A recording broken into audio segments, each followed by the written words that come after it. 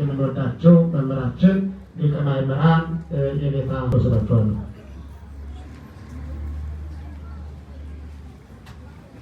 በስመ አብ ወወልድ ወመንፈስ ቅዱስ አሐዱ አምላክ አሜን።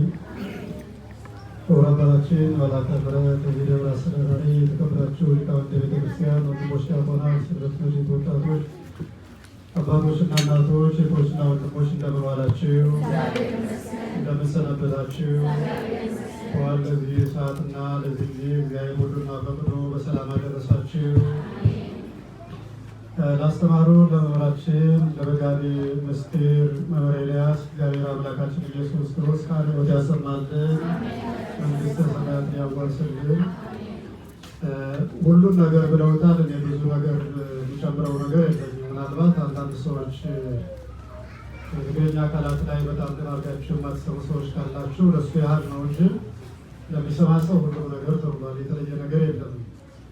በእምነት ነገሥታትን አሸነፉ፣ የአንበሶቹን አፍ ዘጉ፣ የእሳትን ኃይል አጠፉ። ሁሉ ነገር መሆን የሚችለው በእምነት ነው።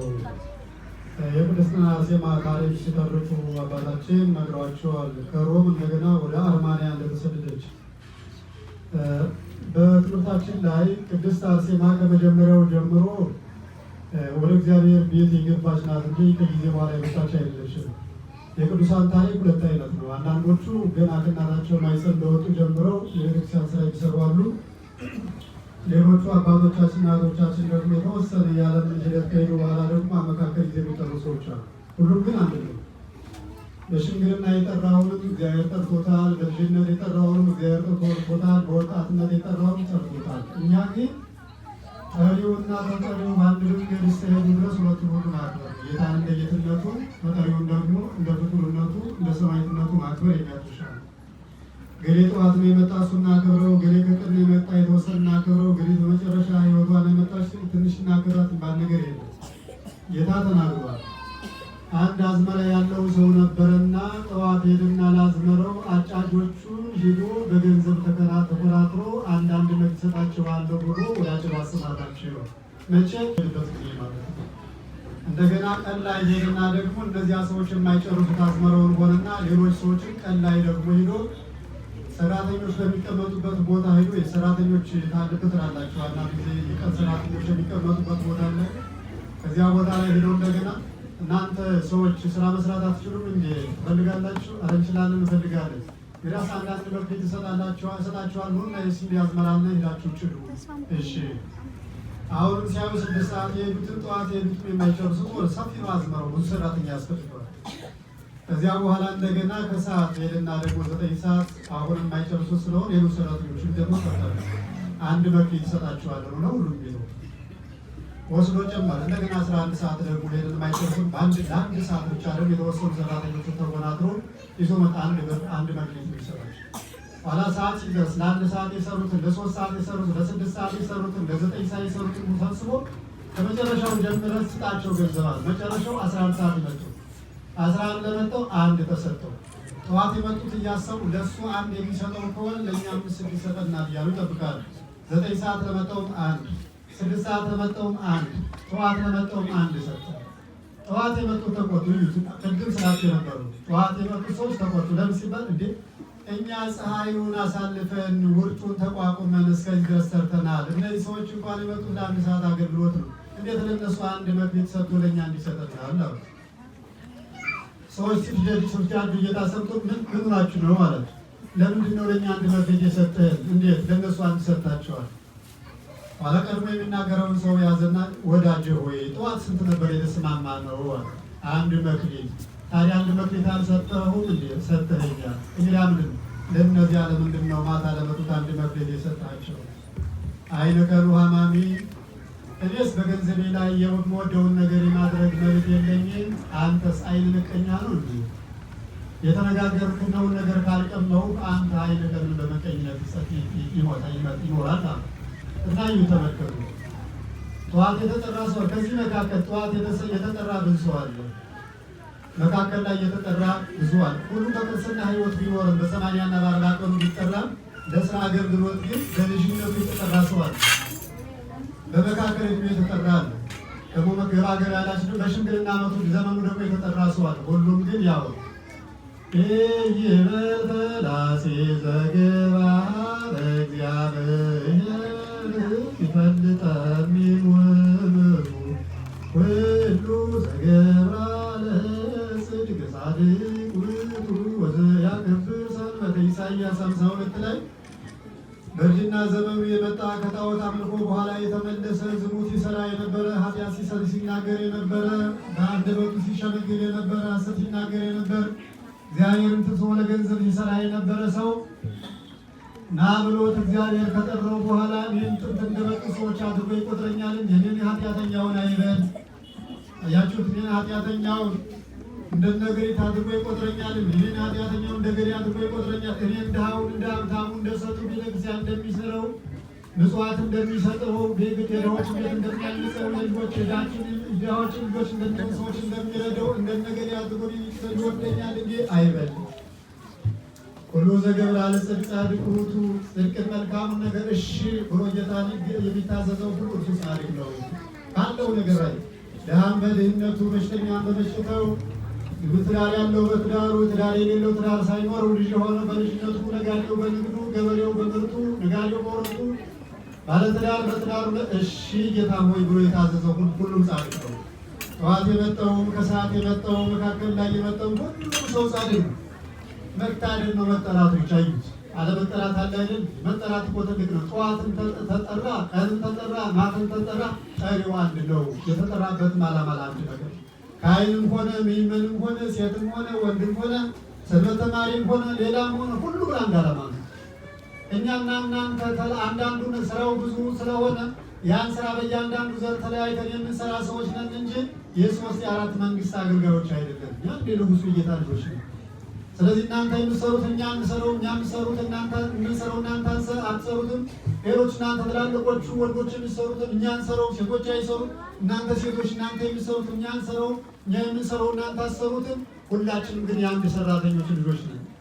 ስለዚህ እግዚአብሔር በልጅነቷ የጠራት እናት ናት። ይህች እናት ማለት ነው ከእናቷ ማኅፀን እንደወጣች ጀምሮ ቴዎድሮስ የሚባል እናትና አባት ናትናስያ የሚባሉ እናቶች ነበሯት። ሲወልዷት ወስደው ለቤተክርስቲያን ለእመቤታችን ቤተክርስቲያን ነው የሰጧት።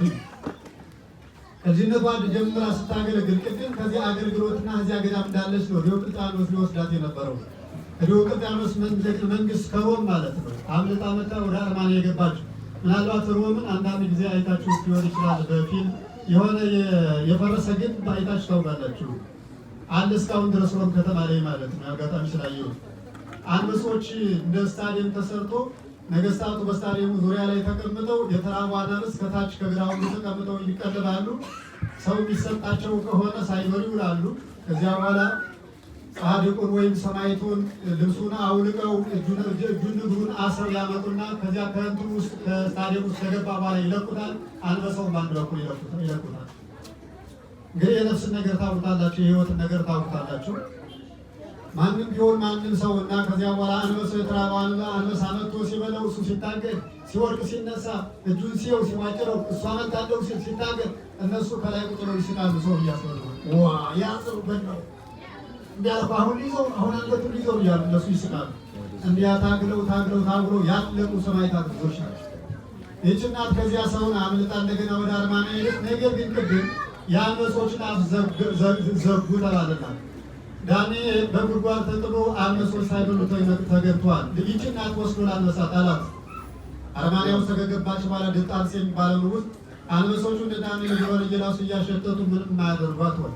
እናቶች ልብ በሉ፣ አባቶች ልብ በሉ። ሰዎች ከሰዎች ጋር የምንግባባው በቋንቋ ብቻ ነው። ያውም ካወቅን ነው። ሰው ከሰው ጋር ቋንቋው ካወቀ መግባባት አይችልም። እምነት ያለው ሰው ከማንም ጋር ይግባባል። እምነት ከእሳት ጋር ያግባባል። እምነት ከአንበሳ ጋር ያግባባል። እምነት ከደመና ጋር ያግባባል። እምነት ከነፋስ ጋር ያግባባል።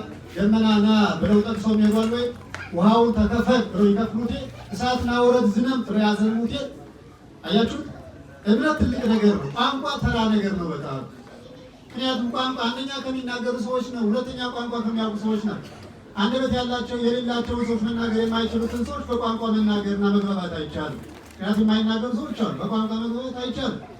በቋንቋ የእኛን ቋንቋ የማያውቁትን ሰዎች ከማያውቁ ሰዎች ጋር መግባባት አንችልም። እምነት ካለን ግን አይደለም ከሰው ጋር ከነፋስ ጋር አይደለም ከሰው ጋር ከአውሬ ጋር አይደለም ግዛን ካለው ይቅርና ግዛን ከሌለው ከእሳት ከነፋስ ጋር መግባባት ይቻላል።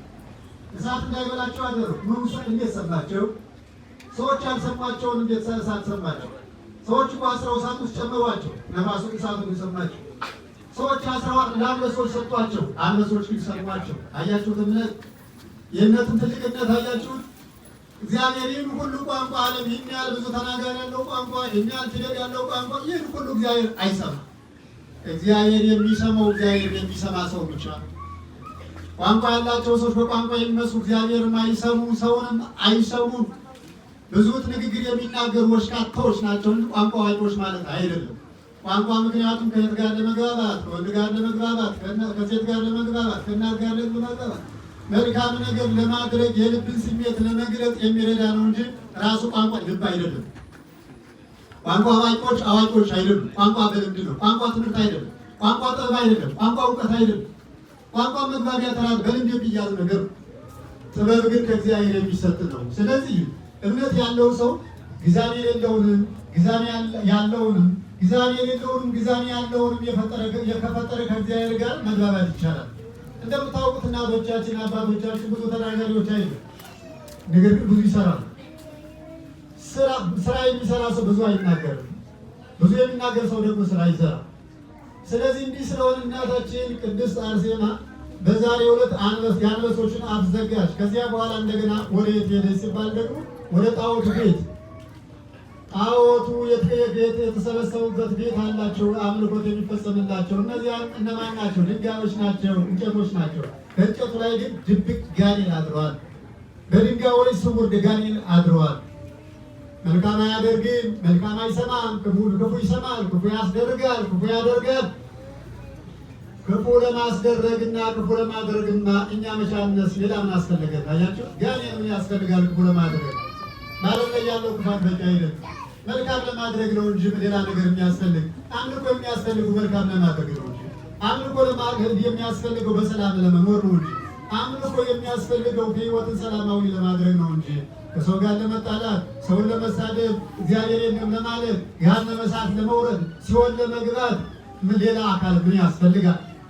ከዚህ በኋላ ይህችን እናት ለእኔ ተወኛለሽ ብሎ ሊይዛት ሲል ያቺ የተራበች የተጠማች ነገር ግን ኃይል ያላት ያቺ ድሃ ምስኪን በሰው እጅ የታሰረች ነገር ግን የዲያብሎስ ማሰሪያ የተፈታላት ብርታት በሷ የሆነ ነቃች ሰርጋት እንዲህ ስታደርገው ተሽቀጥሮ ወደቀ። ኃጢአተኛ ሰው አፋራም ነው። ኃጢአተኛ ሰው በሰው ፊት መጓረድ ይፈራል። እግዚአብሔርን አይፈራም፣ ሰውን ይፈራል። ጻድቅ ሰው እግዚአብሔርን ይፈራል፣ ሰውን አይፈራም፣ ሰውን ያከብራል። አያችሁት እናቶች ብትወዱ ሰውን አይፈራም ስላችሁ ሰውን መፍራት ኃጢአት ነው እያልኩ አይደለም። ሰው በመሰረቱ ሰው ይከበራል እንጂ አይፈራም። ሰውን የምንፈራው ስላከበር ነው ብቻ ነው እንጂ ሰው አይፈራም። የሚፈራው የሚከበረው እግዚአብሔር ብቻ። ኃጢአተኛ ሰው ከእግዚአብሔር ሰውን ይፈራል፣ የእግዚአብሔርን ሕግ ይደፍራል፣ ሰውን ግን ይፈራል። ሰውን አየኝ አላየኝ ይላል፣ እግዚአብሔር ግን እንደሚያየው እንደማያየው አያውቅ። ለእግዚአብሔር ጊዜ አይሰጥ። ያንን ውርደት እንደ ውርደት ቆጥሮት እሱ ተዋርዶ ለጣዖት እየሰገደ ያ ውርደት አልመሰለው። ነገር ግን በጻድቋ በሰማዕቷ እጅ እንዲህ ተወርዶ ተሽቀጥሮ ስለወደቀ አፈረ። በመኳንንቱ ፊት እንዴት ሴት ጣለችው እባላለሁ፣ እንዴት የታሰረች ድሃ ጣለችው እባላለሁ። ከዚያ በኋላ ምንድን ነው ያደረገው? እሷን ወስዶ ጣዖት ቤት እንደውም ትስገድ አለና እጅና እግሯ ታስረው ወደ ጣዖት ቤት ወሰዷል። ያን ጊዜ በበሩ ገና ስትገባ በጣዖታቱ ላይ ያደሩ አጋንንት ዋይ አስወጡልን፣ በየት እንውጣ? ተጃጅ አጋንንት ሁሉ በእንጨቱ ላይ አድሮ የነበረው ጋር ያን እንጨት ያደረበትን እንጨት እየሰባበረ ተነስቶ በሉ ጠፋ ሁሉ ማለት። ስለዚህ ለቅዱሳን አባቶቻችን እናቶቻችን ሁሉ አርሴማ ስትጠራ ሁሉም የታመሙ ሰዎች እንዲፈወሱ ተስፋ የሚያደርጉት ጋኔኑም ያ የጥንት ጠላትነት ስላለበት ነው የሚጮው ስሟ ሲጠራ ማለት ነው። ይህ እግዚአብሔር ኃይል በእነዚህ ሰዎች ላይ አለ። ይህ እግዚአብሔር ጌትነት በእነዚህ ሰዎች ላይ አለ። አንበሳን ያንበረከከላቸው አናብስትን የፈጠረ ጌታ አንበሳው ክርስቶስ በእነዚህ ደካሞች ላይ አድሮ የአንበሳ ኃይል የሚያሳርድ እሳትን የፈጠረው ጌታ እሳቱ አምላካችን መለኮት የማይገሰጸው የማይዳሰሰው እሳት እንደ እሳት የሚያቃጥል ኃይል የሰጣቸው እርሱ ነው። ስለዚህ በዛሬው ዕለት ከዚያ በኋላ በሰማዕትነት እንድትቆረጥ ፈቀደ። በሰማዕትነት አንገቷን ሰጥታ ከተከበሩት እህቶቿና ጓደኞቿ ጋር የእግዚአብሔር መንግሥት ለዘላለም ወረሰ። ስለዚህ እናቶቻችን፣ እህቶቻችን እኛ አሁን የዘላለም ሕይወትን የምንወርሰው በእነዚህ ቅዱሳን ላይ አድሮ የሰራውን የእግዚአብሔር ድንቅ ስራ ስናውቅለት ነው። በሰማዕታት ላይ የሰራው፣ በጻድቃን የሰራው፣ በመላእክት ላይ የሰራው፣ በቅዱሳን የሰራው፣ ትዳር ባላቸው እናቶች ላይ፣ ትዳር ባላቸው አባቶች ላይ የሰራው፣ በሕፃናቱ ላይ አድሮ በ3 ዓመት ሕፃን በ6 ወር በማኅፀን ባለ ሕፃን ላይ አድሮ የሰራውን ስራ ወላያቸው ኢየሱስ ጌታ ነው ብንል ብቻ የጥንቱን እየተናገርን አይደል? አዎ ጌታ ኢየሱስ ክርስቶስ የባህርይ አምላክ። ነገር ግን ሰማዕታት አያስፈልጉ፣ ጻድቃን አያስፈልጉ፣ መላእክት አያስፈልጉ ብለን አይደለም። ጌታ ነው። አንድ ፕሬዝዳንት ተብሎ አይጠራም። የገሌ ሀገር ፕሬዝዳንት ነው። አንድ ጠቅላይ ሚኒስቴር ነው ተብሎ ዝም ብሎ አይጠራም። የገሌ ሀገር ጠቅላይ ሚኒስቴር ነው። ኢየሱስ ክርስቶስ ንጉሥ ነው ስንል የማን? የሰማዕታት ንጉሥ፣ የመላእክት ንጉሥ፣ የጻድቃን ንጉሥ፣ የነገሥታት ንጉሥ፣ የነቢያት አምላክ፣ የጻድቃን አምላክ፣ የሰማይ ጌታ፣ የምድር ጌታ፣ የሚታየው የማይታየው ሁሉ ነገር የፈጠረ ጌታ ነው። ስለዚህ መንግስቱ ማለት ቅድም መምራስን መንግስቱ ዘላለም ኩናኒ ለትውልድ መንግስቱ ለዘላለም ነው፣ ግዛቱ ለልጅ ነው። የአባቶች ንጉሥ ሌላ፣ የልጆች ንጉሥ ሌላ፣ የልጅ ልጆች ንጉሥ ሌላ። እኛ እንኳን በዘመናችን 3-4ቱን ገዥ አሳልፈን ነው። አሁንስ በየጊዜው ፈረቃ ነው። ለእነሱ እንዲደርሱ በሚከፋፈሉ እንጂ ለህዝብ ግዛቱ ለህዝብ አገልግሎት እንዲደርሱ በሚከፋፈሉት አይ የጥንቶቹ እንኳን ስንቶቹ አልፈዋል። እርሱ ግን የማያልፍ የዘላለም አምባ ነው። የአባቶቻችን አምላክ፣ የአባቶቻችን ንጉሥ፣ የእኛ አምላክ፣ የእኛ ንጉሥ፣ የልጆቻችን አምላክ፣ የልጆቻችን ንጉሥ፣ የልጆቻችን አምላክ፣ የልጆቻችን አምላክ፣ የልጅ ልጆቻችን ንጉሥ ከአዳም እስከ ርቀት ዓለም ድረስ ያለ ከዚያም በኋላ የሚኖር ከዚያም በፊት ያለ አምላክ ንጉሥ ዘላለማዊ አባት እርሱ ብቻ ነው። እርሱ ታዲያ የሚመሰገነው እነዚህ ቅዱሳን እነዚህ ጻድቃን ሰማዕታት አንስተን በገሊላ ላይ አድሮ እንዲህ አደረገ፣ በገሊላ ላይ አድሮ እንዲህ አደረገ፣ በገሊላ ላይ እንዲህ አደረገለት። እገሌ ተርቦ ነበር፣ ከሰማይ እንጀራ ወረደለት። እገሌ ተጠምቶ ነበር፣ ከጭንጫ ላይ ውሃ ፈለቀለት። እገሌ ለአንበሳ ተጥሎ ነበር፣ አንበሳውን አስዘጋለት። እገሌ ለእሳት ተጥሎ ነበር፣ እሳቱን አበረደለት። እገሌ ወደ ሌላ ሀገር ስብከት መሄድ ፈልጎ ነበር፣ ደመና መጣለት። እገሌ እንዲህ አደረገው። እገሌ ጠላቶች ተነስተው በጣዖት አምላኪዎች ተነስተውት ነበር፣ ከሰማይ እሳት አውርዶ እነዚያን አቃጠለለት። ይህ ነው የጌታ ንጉሥነት ማለት። መንግስቱ ማለት ይህ ነው። የዓለም መንግስቱ ነው። ከዚህ በስር ውሃ አለ፣ ከውሃ በታች ነፋስ አለ፣ ከነፋሱ በታች እሳት አለ። እኒህን የሚገዛ ጌታ የምናያቸውን የማናያቸውን ከዚህ እስከ ውሃ ድረስ የታጨቀውን ፍጥረት የማናየውን የሚገዛ የፈጠረ ጌታ። ስለዚህ በእምነት ሁሉን ነገር አደረጉ። እኛ ብናምን ሁሉ ይደረግልናል። ጌታ ሆይ ከዚህ በሽታ ፈውሰን ብለን ብናምን፣ ጌታ ሆይ ይህን ግራ የሆነብኝ ነገር አድነኝ ብለን ብናምን፣ ይህንን ነገር አቃልል ብንል፣ ጌታ ሆይ ልጆች የሚያደርግልን ብንል፣ ጌታ ሆይ ነፍሴን የሚያደርግልኝ ብንል፣ ጌታ ሆይ ለስጋ የሚያደርግልን ብንል፣ ጌታ ሆይ ዘመዶቻችን ጠብቅ ብንል፣ ጌታ ሆይ ቤተክርስቲያንን አደራ ብንል፣ ጌታ ሆይ ክርስቲያኖቹን በያሉበት ጠብቃቸው ብንል፣ ጌታ ሆይ ክረምቱን ባርክ ብንል፣ ጌታ ሆይ በጋውን ባርክ ብንል፣ ጌታ ሆይ ለነጋዴው ወረቱን፣ ጌታ ሆይ ለገበሬ ምርቱን አብዛለት ብንል ጌታ ይሰማናል። እግዚአብሔር አያችሁ፣ የእነዚህ አምላክ ነው እግዚአብሔር።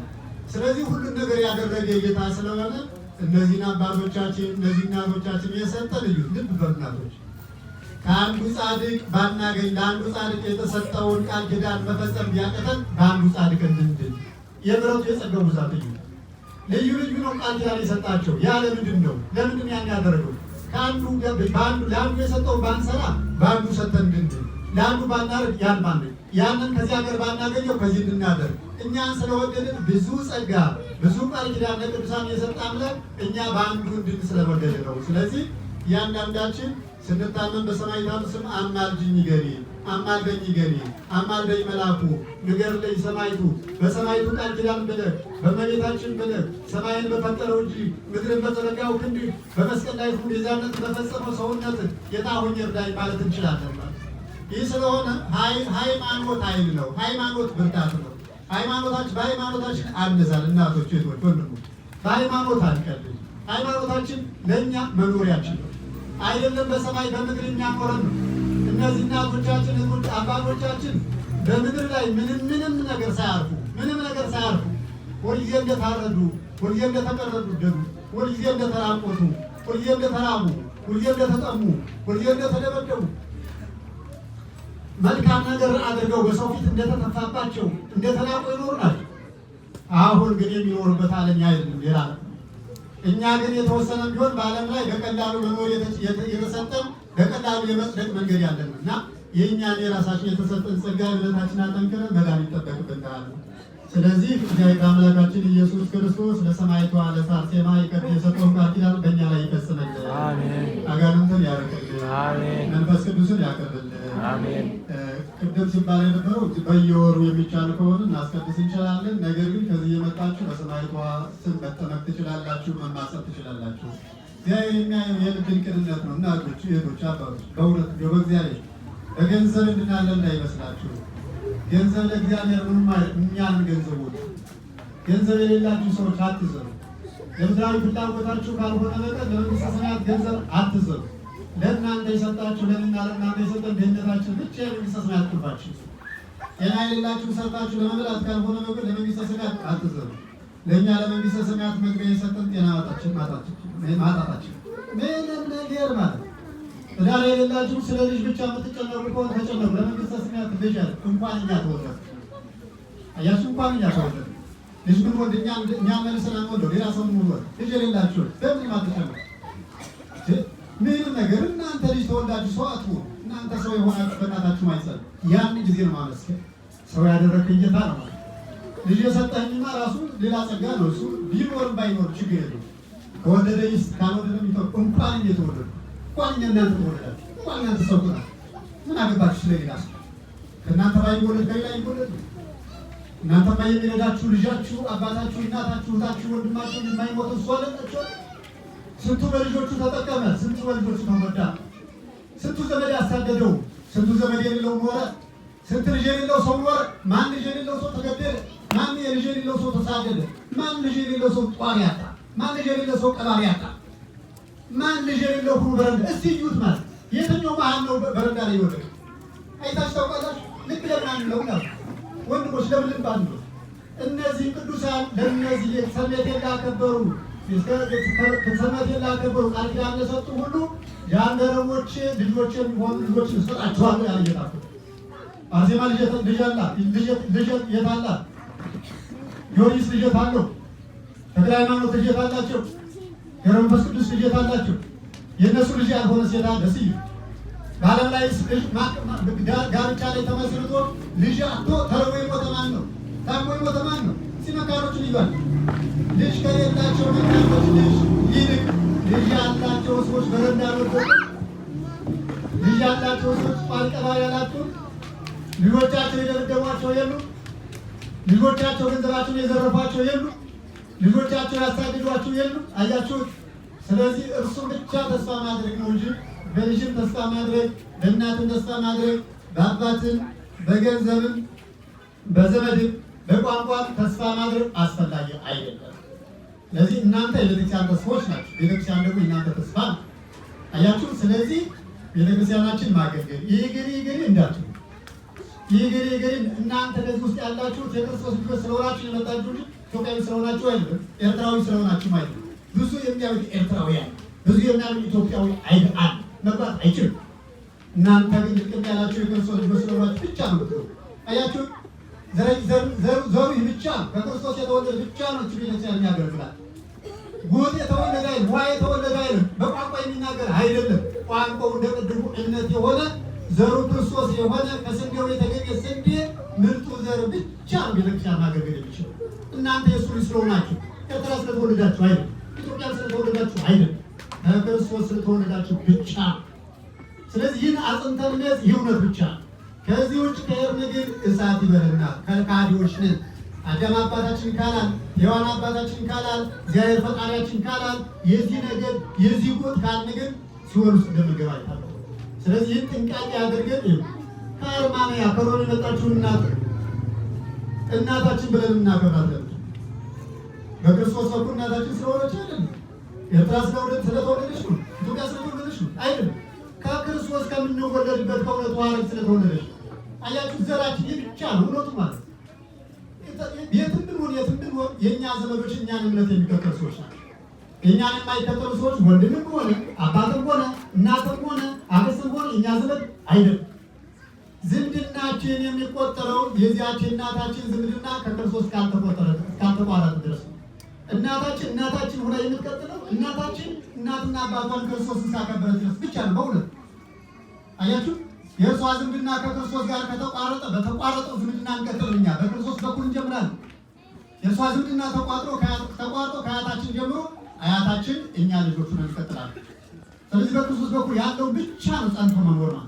ጨካኞች መሆን፣ ለሃይማኖታችን ታጋዮች ጠንካሮች መሆን ያስፈልጋል ማለት ነው። እና ቅድም አባታችን ሲናገሩ የነበረው ምንድን ነው? ቤተክርስቲያን ከርሞ የሚለው ነገር ሳይሆን ይህ ቦታ የኪራይ ቤት የኪራይ ቦታ ስለሆነ ከሸጡልን ቦታውን ለመግዛት እየፈለግን ነው ለማለት ነው።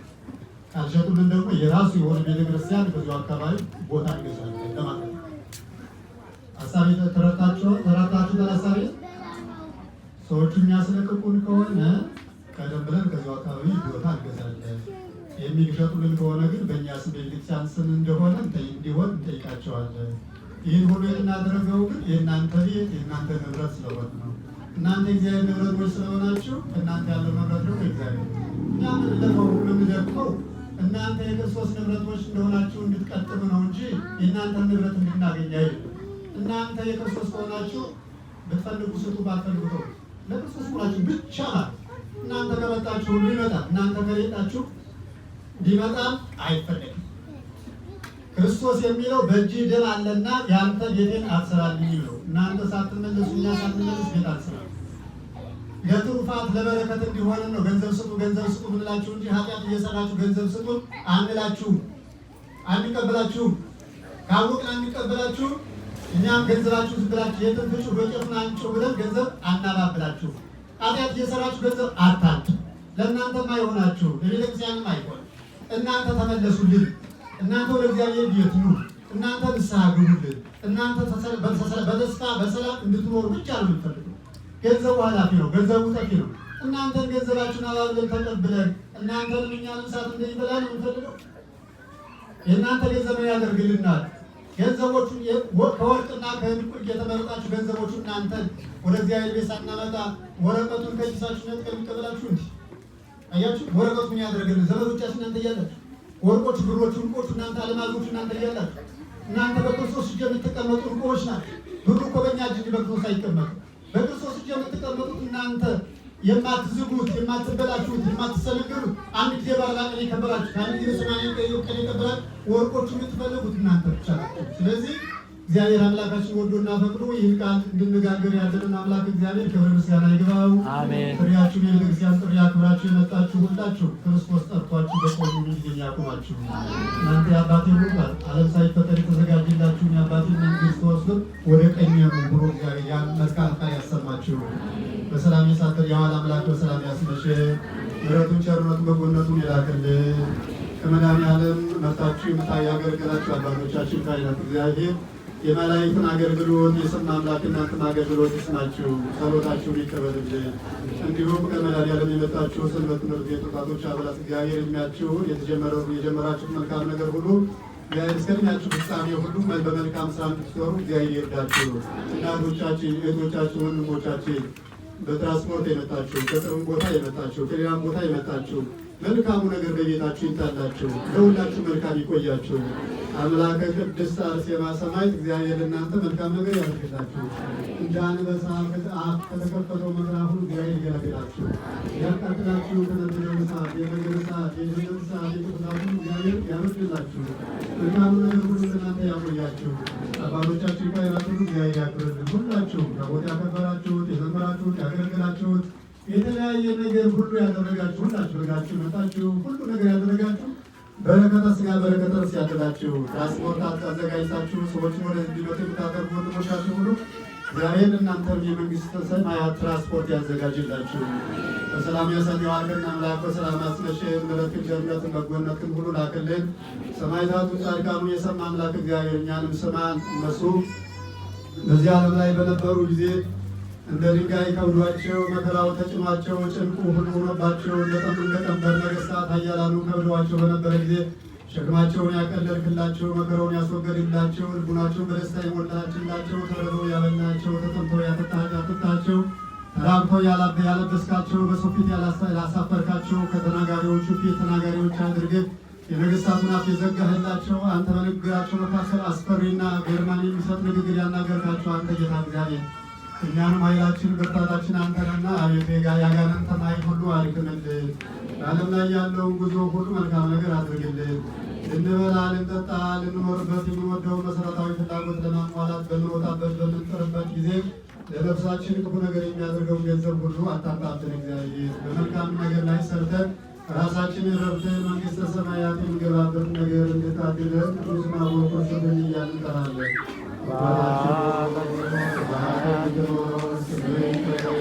መንግሥትን ትምጣ ሀገረ ሰማያት እንደሆነች እንዲሁ በምድር ዛሬ በደላችንን ይቅር በለን እኛም የበደሉንን ይቅር እንደምንል። አቤቱ ወደ ፈተና አታግባን ከክፉ አድነን እንጂ መንግሥት ያንተ ናትና ኃይል፣ ክብር፣ ምስጋና ለዘላለሙ አሜን። እመቤታችን ቅድስት ማርያም ሆይ በመልአኩ በቅዱስ ገብርኤል ሰላምታ ሰላም እንልሻለን። ሐሳብሽ ድንግል ነሽ፣ በሥጋሽም ድንግል ነሽ። አሸናፊ እግዚአብሔር እናት ሰላምታ ላንቺ ይገባሻል።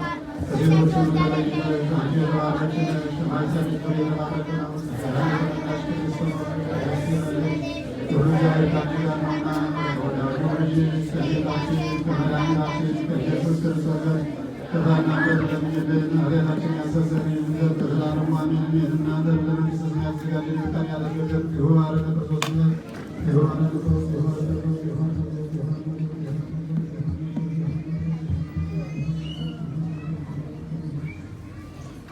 በእንተ ማርያም ማረነ ክርስቶስ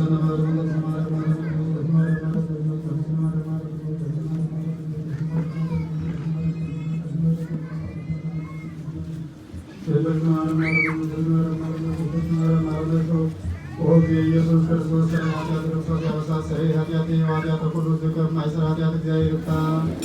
በተቻላችሁ